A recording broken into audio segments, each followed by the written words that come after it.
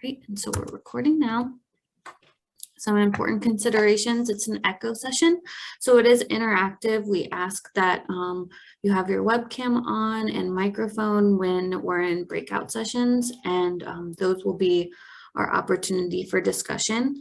And if you ever have any questions about the presentation or the case study, family story, or you need assistance, feel free to use the chat function and someone will answer your questions. And then if you would like to rename your profile, you can do so by clicking the three dots on your picture and choose rename. All right, and I will pass it over to my colleague, Dr. Jennifer Hall-Landy. And Dr. Hall-Landy is a researcher and psychologist with a specialty in early identification of developmental delays and disabilities.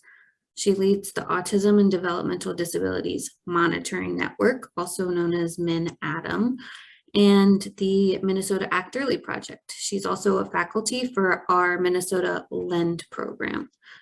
Welcome, Dr. Hall-Landy. Thank you, Courtney. I appreciate the introduction and welcome everyone. It is so nice to see you today and we are really glad you can join us today. Welcome back if you've been with us before, and a special welcome if today is your first day. We're excited to have our speaker today, and I'm going to introduce her in just a second. But I'm going to quickly go over the beginning. And again, if you've been here today, you know the drill, you know what we do. This session, this is called Supporting Children of the Opioid Epidemic. We utilize an ECHO model. Next slide, please. And what is ECHO? It stands for Extension for Community Health Outcomes. You know, there are lots and lots of echoes in lots of different topic areas. There's probably several going on right now in different topic areas. You know, there's ones in diabetes, and I've talked about it, in cardiovascular health and drug addiction and autism and early intervention. And so really we are part of a larger network. We're using this ECHO model, and we're all learning together and learning from each other. A couple key tenets: we promote health equity, we use a virtual platform. You know, we're here today, we have a teach and learn model. And, you know, a couple of our goals: we really want to reduce disparities. We want to take information from university and urban centers, you know, and share and learn about what's going on in greater Minnesota.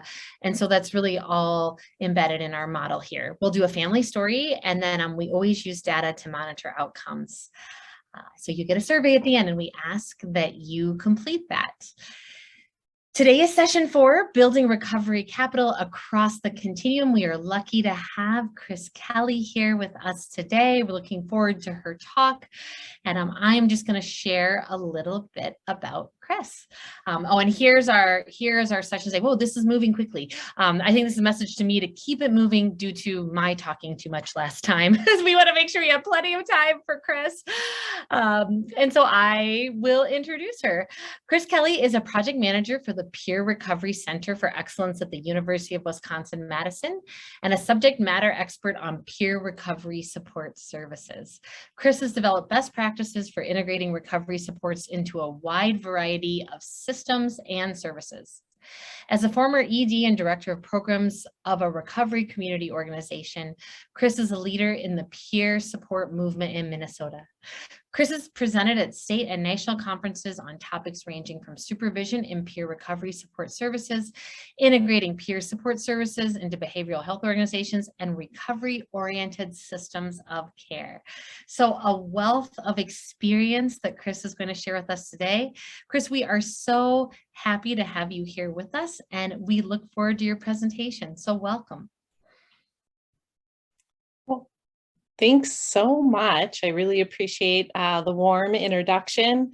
I always kind of pause when I hear somebody read my introduction, because I wake up most days like, how did I get here? How do I get to do this incredible work? It's something I'm completely and utterly grateful for. And it is actually a way that I support my own recovery, is doing this work and kind of making meaning from a long history of addiction in my life. I'm going to test out with everybody and see if I can change slides, because I'm not sure how to do it. There we go. It's working, Kris. It's All a little right. different feel to it, but yes. Perfect. So today we're going to do a little exploration of recovery capital. We'll go into kind of the true definition of recovery capital in a little bit, but essentially, when we talk about recovery capital, we're talking about building materials that help people sustain their recovery. And if you didn't know, recovery capital is really the framework that peer recovery supports use in assessing and then creating recovery management plans and doing that peer-to-peer support work. It's very well researched. Our recovery capital scales and assessments are validated evidence-based tools. There's actually a long history behind recovery capital. It's just more coming to light as we see the expansion of peer recovery support services and then actual like recovery management plans. Recovery management plans are separate and distinct from treatment plans. In a recovery management plan, we're not talking about a disease, a diagnosis, medications, past trauma. We're not doing clinical work. So we're really looking at what a person needs to build and support and sustain their recovery outside of that, outside of those symptoms, outside of that diagnosis. You know, and throughout my presentation, I might salt and pepper in some of my own personal experiences with initiating and accessing recovery, what that process was like, and why that fuels the work I do today. So when we think about resolving any addiction, substance-related issues, substance misuse, substance challenges, we tend to really have a focus on, our systems have a focus on this symptom reduction and working towards abstinence.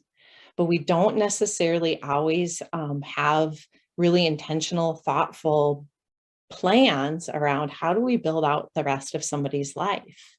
I used to say, which I'm sure you're all familiar with this term, but like check up from the neck up. Like I had to go to a different doctor to get any support services for anything above my shoulders. And then I went to different doctors for anything that occurred below my shoulders. But when I walk into a doctor's office, I bring it all.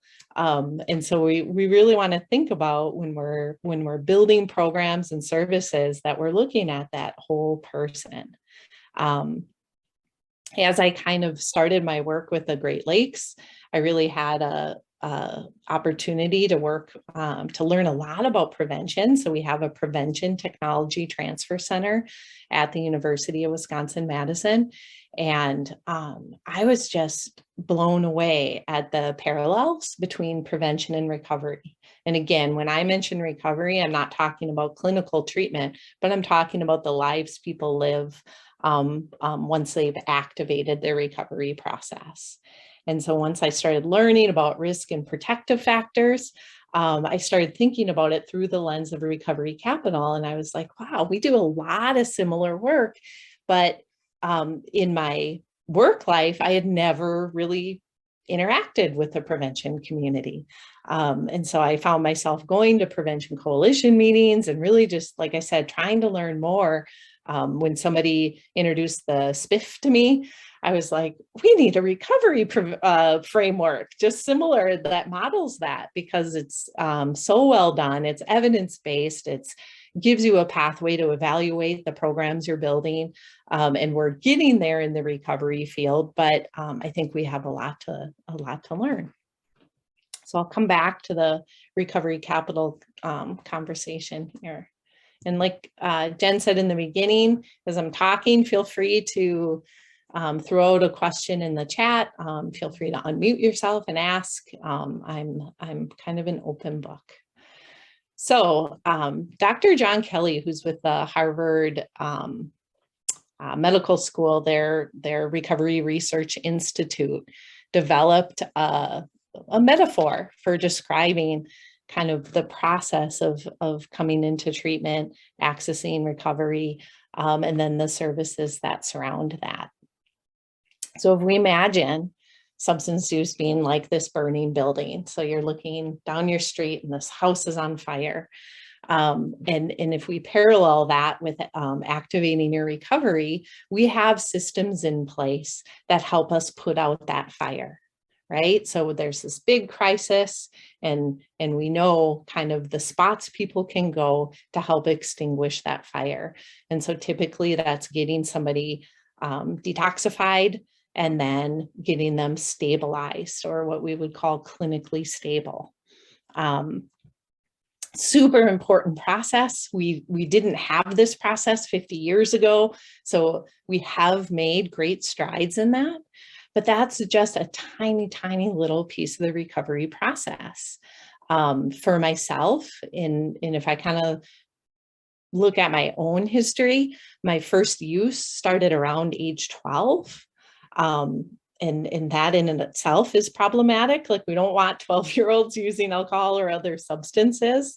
And as I got older, you know, I would kind of have hills and valleys of use. I had a lot of recovery capital in place that kept some of the negative consequences, that acted as a protective barrier to some of the negative consequences. So I feel like I wasn't directed towards treatment until I had legal interventions that directed me towards treatment. And so again, over the course of what I'll call my addiction career, I actually attended I had 4 different treatment stays, and those started in my early 20s and went through until I was 35 when I activated my own recovery. So the 3 previous before my last one, even the 4th one, really did a good job of putting that fire out. But then we come to the point where our system hasn't been as successful. And so if we think about the things that we need to do to help somebody sustain their recovery, our system hasn't really thought through, how do we prevent that fire from restarting for that individual? What are the components, or what are the risk factors that go into that fire restarting, so preventing a reoccurrence? We haven't really hit the nail on the head with providing the architecture or the reconstruction of the person's life once the fire's put out. And again, there's not to say that doesn't occur, but it's kind of a smattering of offerings. And through my personal experience, I found out you have to be really well resourced. You have to kind of know the language of the field. You have to know how traditional insurance works.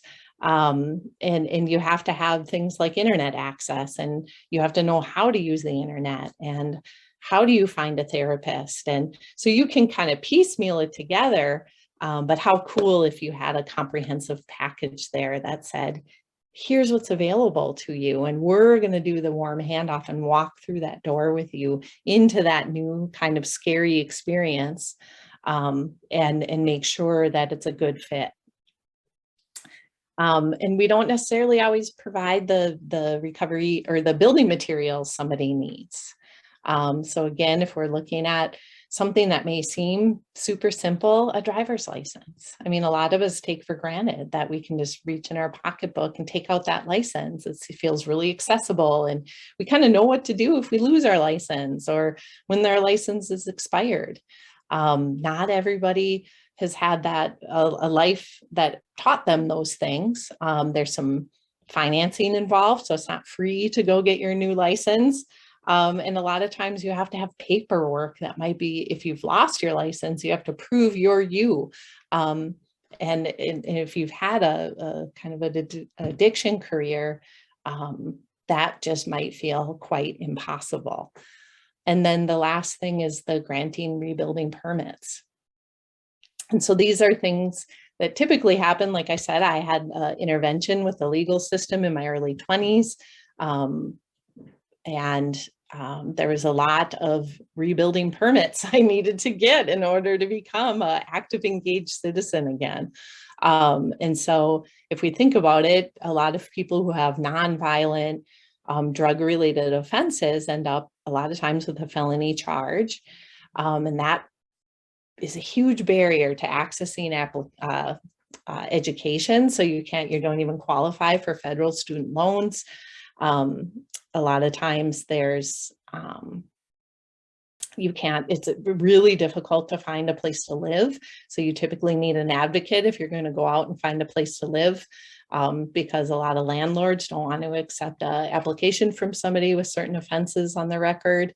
Kind of the list goes on and on and on. And we just don't yet have a comprehensive approach to walking people through that process.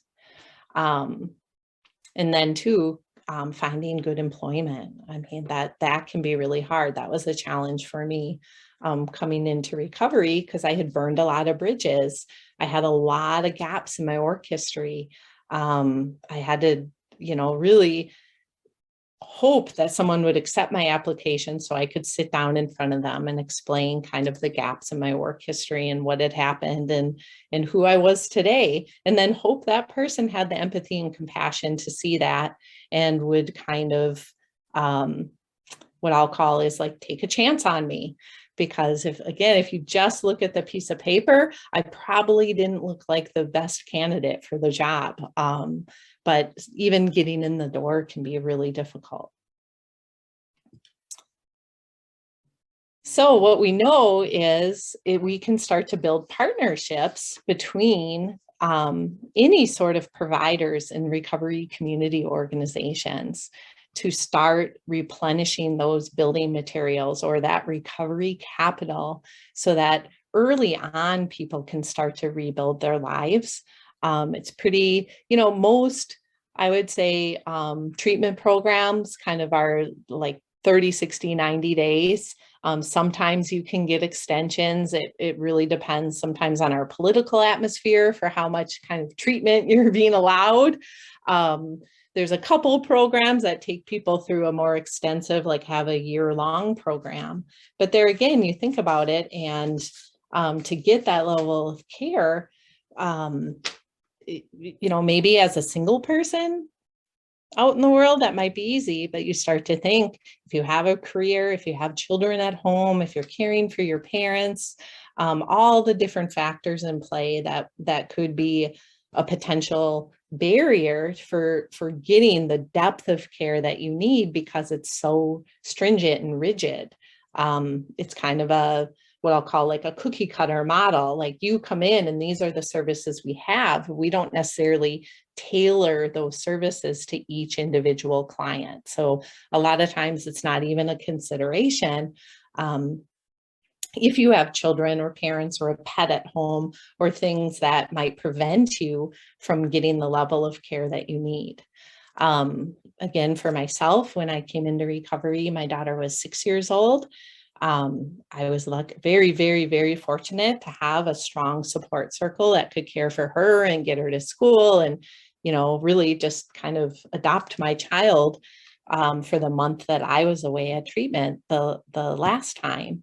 But again, there's more people that don't have those resources. And that could absolutely prevent someone from accessing the care they desperately need, the care they desperately want. But there's just no resources to care for the full family in those situations. So what is this recovery capital I speak of? So recovery capital is essentially the sum of resources necessary to initiate and sustain recovery from substance misuse. I'll go through the different categories and talk that through a little bit, but it's a pretty common phrase, again, within peer recovery support circles. You can kind of, through an assessment of recovery capital, you can come up with a almost a score for where someone's at and see the areas of their life where they need the most support. And again, these aren't going to be clinical areas. They're not going to be dealing with a disease or a diagnosis, but what are the real life things I need to do now that I've activated my recovery? And where do I have a super kind of full account, and where's my kind of low end account? When I'm training peers, we often talk about, I compare it to your bank account, right? And so most of us probably have a bank account, and if we're going to make a purchase, we might check our balance, make sure we have enough money in there. And if we make a withdrawal, we usually are kind of working and cognizant of, I have some future bills to pay, so I need to make a deposit into that account. So we kind of frame recovery capital that way. Recovery capital is not static. It changes, it varies throughout our lifetime. And so we just want to help people think through assess what are your areas of recovery capital where you have a lot of capital. And those are strengths, those are our protective factors. And then where's our recovery capital really deplenished? So where do we need to make some deposits? And so we might even consider those risk factors. So those are areas that we really want to focus on and work with somebody and build up that capital in that area. And then all the while too, took me a while to figure this one out about the replenishing my recovery capital. So not just having one-way friendships, that I nurture my relationships in my life, that I show up for my employer fully and wholly, that I take good care of my car, because that's some capital I have. But if I just kind of run amok and never get an oil change, that's not going to last forever. And those are some of the things that I just had to learn how to do all over again. So if we look at key components of recovery capital, you might see it out in the world broken down in different ways, but generally speaking, we talk about social, physical, human, and cultural as our buckets of recovery capital. Social capital is kind of what it sounds like. So those are the relationships, supports, obligations. In the words of William White, who's a recovery historian, we talk about recovery being contagious. Just like we say, addiction is intergenerational, and if you're activating your recovery, you need to think about the people and places that you're hanging out, because you don't want to go back to an environment where you're more susceptible to have a return to use. We can flip it on its head and say the same thing is true of recovery. So recovery is intergenerational. We can pass our recovery on to our children. And then too, we can, by building robust communities of recovery, we embed that person who might just be activating their recovery around all these recovery warriors who have a whole bunch of recovery to give away. And we build that person's social capital. We build we'll call them their natural systems of support. So they're not always reliant on a system or an organization for that support, so that it's occurring where they live, work, and play. So we're raising those protective factors. When we think about physical capital, those are tangible assets. So that might be your home, your car, your bank account, the things that you have. Our human capital is kind of human looking inward, meaning our health. I would say it's probably number one importance, that people feel a sense of purpose. That might be found through going to school, being a parent, joining a club, through your workplace. Lots of different ways that we can help people feel their sense of purpose. It's pretty notorious in a positive way in the recovery community. We say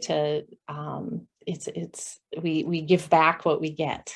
So most people, when we come into recovery, we just have this burning desire to go out and ensure other people have access to recovery as well. I often talk about widening the doorway to recovery. That's always our goal, is we just, eventually we just want to take that doorway out, and we want to take those walls down so that anybody can come in and have access to that. Another way we do that is through stigma reduction. We know that stigma is one of the #1 reasons why people don't necessarily ask for help. There's a lot of shame. It's super scary to ask for help because there's a lot of unknowns on the other side. Is what does that mean for me, for my life, how my employer views me, how my family views me, how my neighborhood views me. A lot, that's a heavy ask. So we know that if we work towards reducing stigma and normalizing recovery, and we get the numbers out there, and we can tell people, like, there's a lot more people in recovery than you think. We know that 23 million people in the US identify as being in recovery, and those are just the ones that were like surveyed and hands up. There's plenty of people in recovery that might not even consider themselves in recovery because they had problematic substance use. They quit completely on their own without outside interventions. And they just think, well, that just didn't work out for me. But through this lens, they would be considered in recovery. What I think is cool about that too is most people actually recover naturally. So there's a small subset of the population that I'm in that do need an outside intervention, but most people who have problematic substance use resolve it on their own without outside interventions. But I think that leads us back to that need for building kind of a community's human capital, meaning reducing that stigma, ensuring that those protective factors are out there, so that when they choose to stop their problematic substance use, they feel supported and not, and feel free to talk about it. And then the last one is cultural capital. So what kind of capital do we get from our values, beliefs, and attitudes? I myself had a huge shift when I came into recovery, and I really found some kind of what I'll call spiritual resources that were really helpful for helping me maintain my recovery. I didn't even really know about them before I came into recovery, but they really helped me identify my value systems and think about what I believe in. And think about how I want to show up in my community, in my family, and kind of in the general world. I like that there's some conversation going on too. So I just wanted to give you a little snippet of what kinds of things you might see on the recovery capital scale. The original recovery capital scale was a 35-item scale, and it rates different areas of life and helps someone identify their recovery capital. Some examples of the questions you see there: financial resources to provide for myself and my family. I have transportation or access to public transportation. I feel I live in a home or a neighborhood that's safe and secure.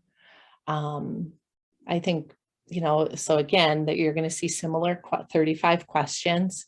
There's also one it's called the BARC 10. And that's actually a brief assessment of recovery capital. So it's 10 questions. You probably guessed that. But it's just a quicker way to do this assessment. So it won't be as flushed out, but it gives you an idea of where to start the work. In peer support services and people who kind of do that recovery-based work, we know that building trust and rapport in the beginning is super important.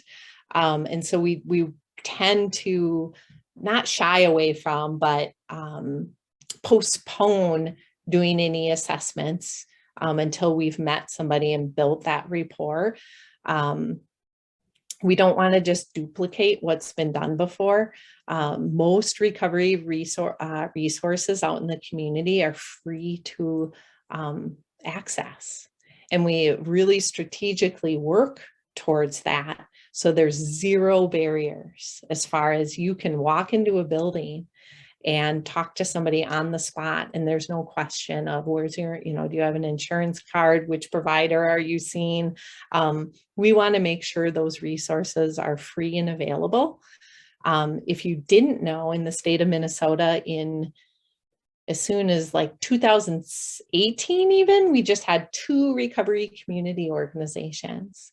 And today we have 18 recovery community organizations that span the state. So there's 18 organizations, and I think we're only going to see more because the behavioral health division is being really intentional about growing the number of recovery community organizations throughout our state. It was probably in like 2017 where I made it my goal to have 87. So we had 1 in each county, because I think about that experience of walking into a building and like the RCO that I worked with, right on the wall, right when you walked in, it said, "What can we do for your recovery today?" And I had been a consumer of services so many times, I didn't even know I had a choice. I didn't even know that I could put together a recovery plan and do things of my choosing in order to sustain my recovery and grow my recovery capital. And I had no idea there were organizations out there that helped you do that.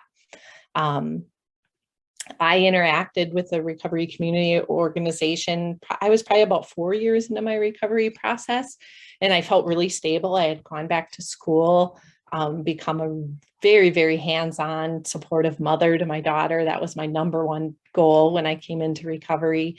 Repaired some family things that I needed to repair, relationships there, had found sustainable employment. And I walked in looking for an opportunity to give back. I think the unseen thing about recovery community organizations is I attribute all my success in my career to that recovery community organization, because I never saw myself in a traditional career. I had always worked in the hospitality industry. I loved being a server. I kind of thought, this is what I'm going to do forever. I love the work. I'm good at it. It pays well, all of that. But then once I started engaging with this RCO, I had people around me giving me different opportunities to go out and do outreach and public speak, to train as a recovery coach, work with people one-to-one, started to kind of oversee some programs. And all the while I had these fantastic women in recovery supporting me and mentoring me and guiding me and reminding me I can have dreams that are bigger than what I think I can do.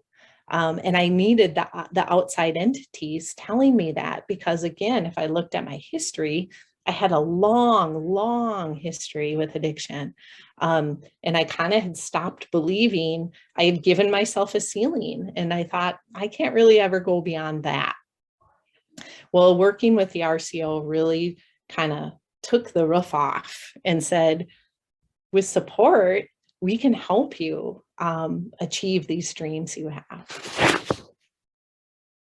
So if we look at the recovery capital, really works with this framework of, you'll see on the screen, high recovery capital, low problem severity, high problem severity, low recovery capital.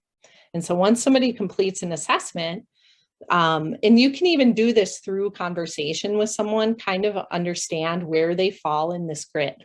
So for example, myself, I had very high recovery capital and I had high problem severity. That kind of indicated that I need a little bit more intensive support.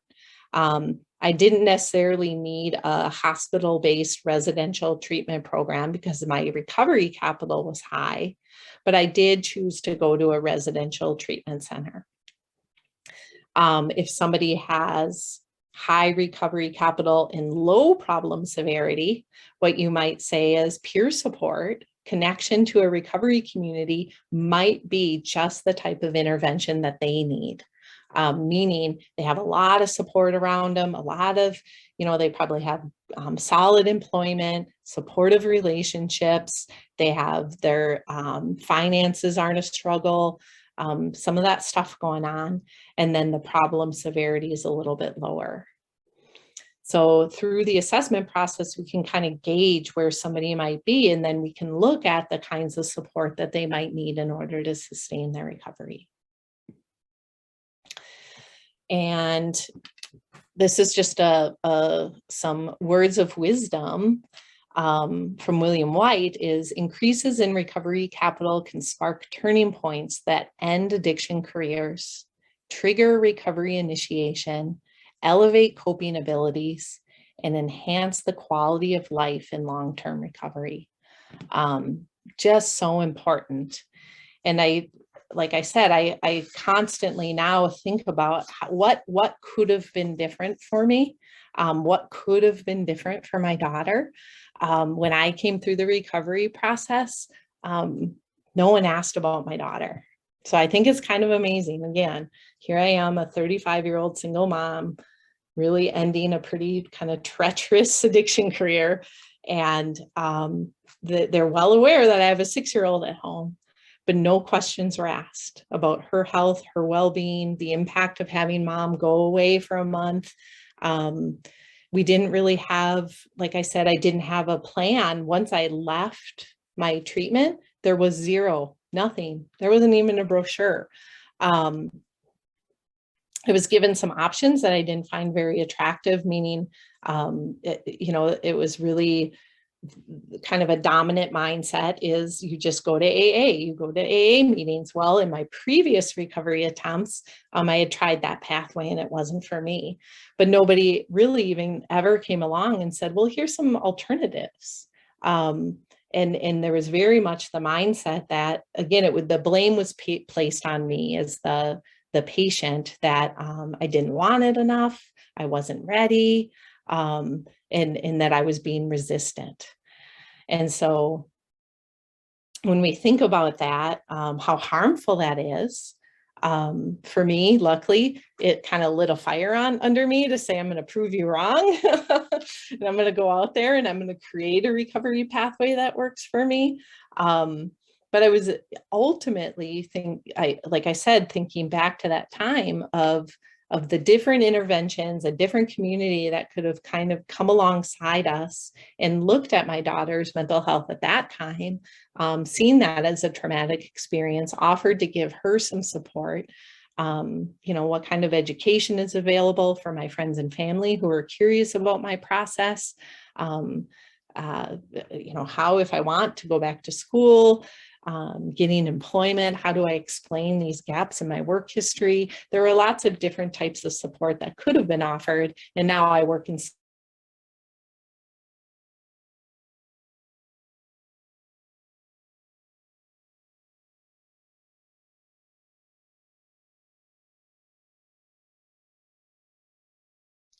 I think we have a frozen screen. Oh, Kris, you were frozen for a bit. Oh, you're muted. I think you're back, but yes. I always want to check, is it on my end or their end? But I think you're good now, but it did freeze. Okay. I think you have Rebecca, about 6 more minutes. Just in terms of wrapping. I think one more minute to wrap up this piece and then move to she's actually right on. Perfect. So. Okay. But we probably have 1 or 2 minutes for questions. Okay. Just jump into questions. Yeah. So, sorry, everybody. I have my video off because my Zoom has been acting up, and we are in the middle of a thunderstorm. Which I think that's it. Oh, okay. I don't have windows in my office, so I was not sure there's a thunderstorm. Yeah, so I'm just checking chat here. So Jody had mentioned that she thought the recovery capital slide matrix would be quite useful for physicians and nurses in the NICU. And working with parents of children born with NOWS or NAS.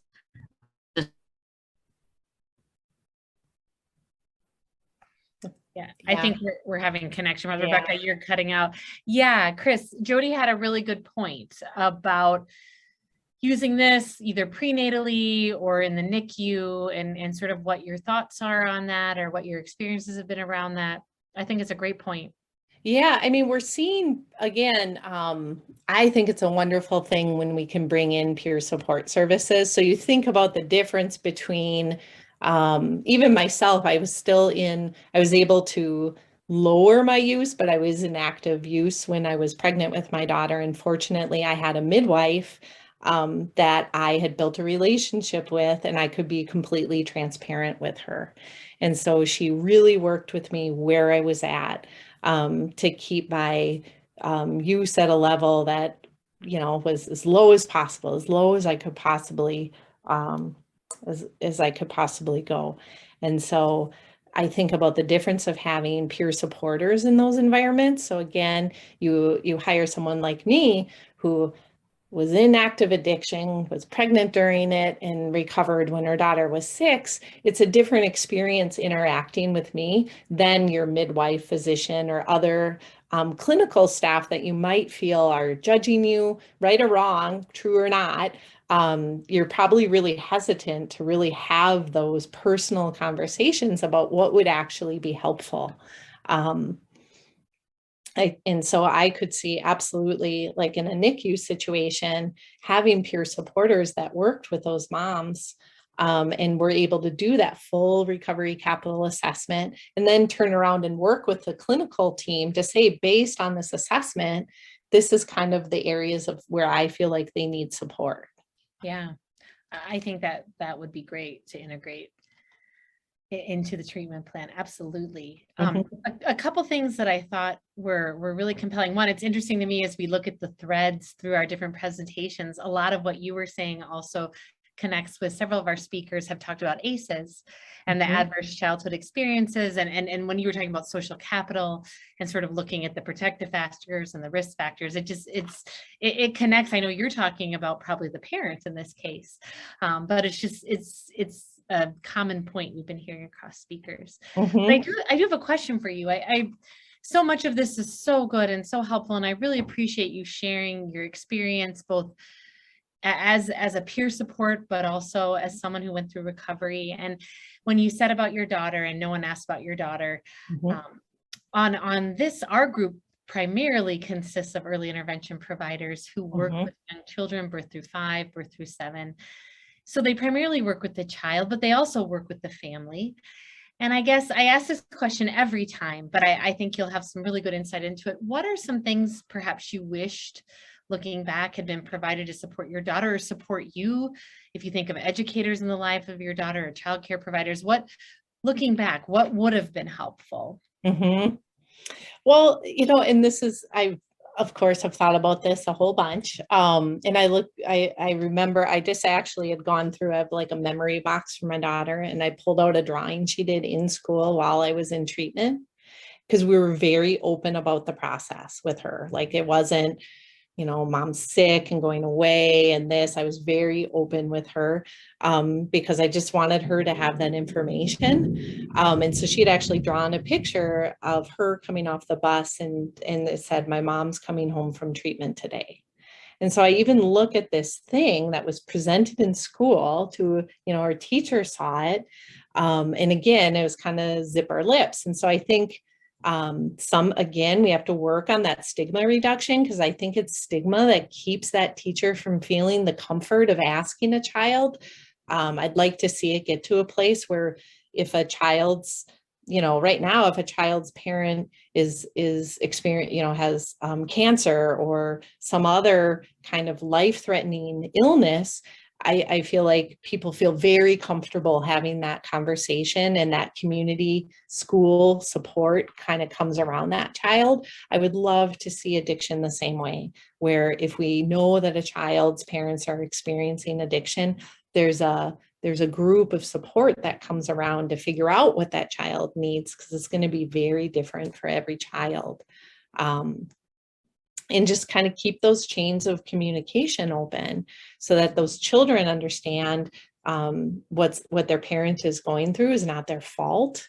That teachers might have a little more empathy or see behavioral issues in the child a little bit differently, and see them as a call for help and saying I need support. But it's largely at this point kind of ignored within that system.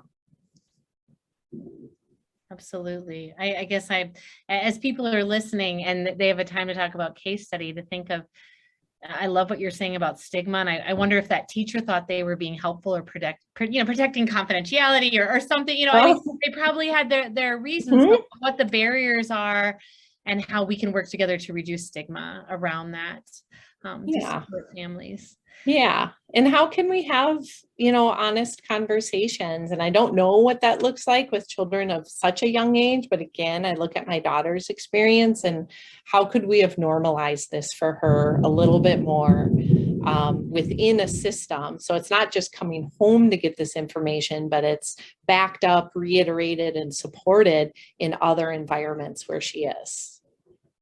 It's just hailing like. Absolutely. Yes, I'm hearing the hail. I'm on, there are a couple of the hail came and crashed my internet, but it seems to be back. Should we move to the family story? Sure. You've already, we've already kind of started that, so we'll naturally move into that. And then my husband's running a smoothie machine, of course, during hail and smoothies. Yes, but I shall persist. I'm nothing if not persistent. But do you want to start here? And then at most, what I'll do is I'll just paste the text that's on the slide in chat so that people have that before they go into breakout. But usually we spend about a 5-minute time on these next 3 slides just to sure. And I'll keep it short because you have some of the history. So they asked if sorry, I'm so distracted by this hail. It's like white outside. So the story I chose was my daughter and I. She's much older there. She's not 6 there. And we were residing in Minneapolis, Minnesota. But that's where she grew up. Let's go to the next slide. And so some things about us, Kris, me, 35-year-old single mother, and Sophie was a 6-year-old, and I had struggled with substance use from a very young age. In the recent years, so probably from age 32, 33 to 35, had a string of jobs. It was really hard to maintain employment.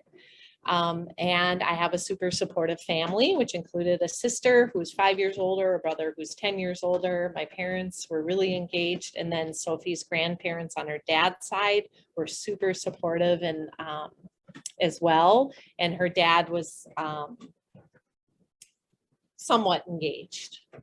So that's just kind of a little bit about us. Some of our strengths were we did not lose our housing, so we were currently housed, that supportive family again. Sophie's in school, attending school regularly, and then I have one really good neighbor friend who is super supportive of us.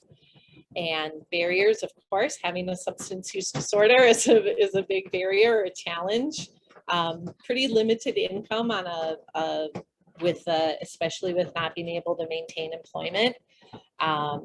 Sophie had already been showing some signs of caretaking for me, and of course, very high anxiety levels.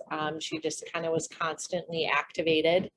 And that's a little bit about us. And so my questions were, I just kept them simple but difficult. How might this family be better supported at that stage? I would say maybe knowing my substance use had been recognized and I wanted some support.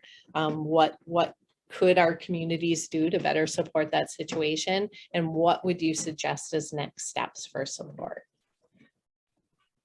Yeah, thank you so much, Kris. This is great. And I appreciate you sharing your family story because I think it is powerful when people share their stories. So thank you for that. Yeah. And I have put the details for everyone that from the slides and the 2 questions.